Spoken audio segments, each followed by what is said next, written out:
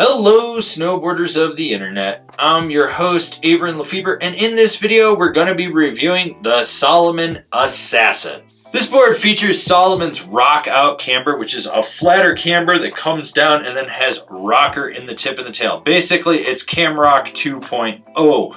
Now, with that said, you're going to get that load and snap of camber underfoot, but you're going to get a little bit more play out in the tip and the tail due to that rocker. This board is available in 150, 153, 156, 159, 162, 165, 168 wide, 163 wide. I rode this board at Arapahoe Basin on an overcast day with pockets of blue. There was grapple snow off the run. There was soft, creamy groomers, firm, fast groomers, a little bit of chunder, some ice. Basically, it was your typical spring post-season conditions, and I rode it with my Rome Black Label bindings and my K2 Thraxis boots. Predictably, this board has that standard middle-of-the-road all-mountain freestyle flex. Softer in the tips, stiffer just outside the inserts, through the middle, with a moderate amount of torsional flex to it.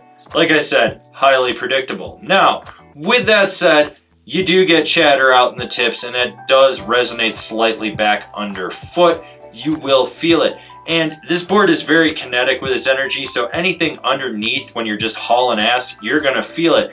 When you get into like chop and chunder, if it's loose granular or it's a little sloppy, you should be able to push through it, but anything firm is gonna jar your body and you're about to get rocked. This board has snap and it lets you know it. It's not as poppy as the pro version of it, but it's still very snappy. It's a very easy camber profile to load up and get to engage, so you don't have to worry about that, but it reacts and it wants to springboard you into the air. Side hits, rollers become a blast. You don't really have to worry about anything with it.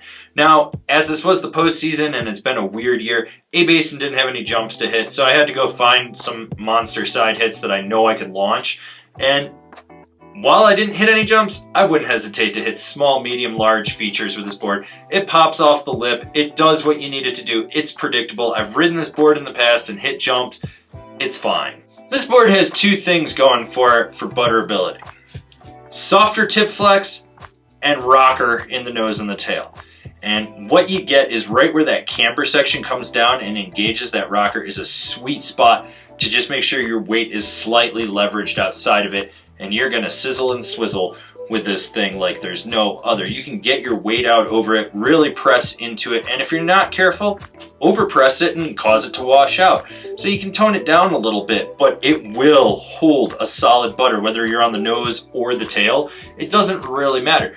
Now, when it comes to jibbing, a little speed helps finesse this board. You don't want to come in super slow, but just a little bit of speed. It's going to lock into a tail press or a nose press and hold it to the end of the feature, and then the camber section is going to take over and give you that spring out of it that you want. When you get sideways, there's a perfect blend of flex in there so that it cradles it but doesn't clap out. It's a very jib-friendly flex, so you can just feel it lock in, but you're not going to clap out. You don't have to worry about balancing on it. You're just caressing it and sliding through the feature. With the camber profile and side cut on this board, you lose some of the contact out at the tip and the tail, and you bring it in more underfoot, which allows you to maximize your ankle flex to drive and steer this board. This board locks in and you feel secure except on straight sheet ice, but that's pretty much a given on just about any snowboard. And what's nice is even though you've lost some of that power out of the tip and the tail for driving through a carve, you bring it back underfoot and you can maximize from the center to the insert pack to really drive this board if you want to. Short, tight, quick carves, long, hard, drawn out carves. You can kind of just do just about anything with it and not really worry about it. I mean, I laid a few Euro carves over with it. Wouldn't be my first choice of board to do it with, but when the snow conditions are right, you don't have to worry about it. Who's this board for? The all-mountain freestyle guy with a bit more emphasis on the freestyle side of things. I've ridden this board, I've ridden the Pro, I rode them back to back. I know how they react. I personally think the Pro is the better one. It's a little bit stiffer. You get a little bit more drive out of it. This one's a little more buttery, a little more playful, and if that's what you're looking for, then you don't want to look at the Pro, but I like having a bit more snap and a little bit more power.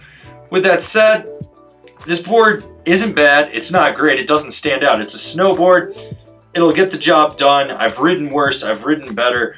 but it has its place and it is fun for what it is. Comparable boards, the Jones Mountain Twin, the Yes Greats, the Rome Agent. Binding recommendations, the Salomon Hologram, the Ride C6, the Burton Malavita. This has been my review of the Salomon Assassin. Do you agree? Do you disagree? Do you own one? Are you going to buy one? Leave me a comment down below. Let's have a conversation about this snowboard. If you're new here, remember to subscribe, click the bell, get those notifications. That way you're not missing any of the videos we got coming out for all you snowboarders of the internet. And if you really like what we're doing over here and you want to support us further, swing on over to Angry Snowboarder VIP and become a member. Sure, I could tell you more here, but I got a video over there that explains it so much better. As always, I've been your host, Avran LeFeber, and I'll see you in another video.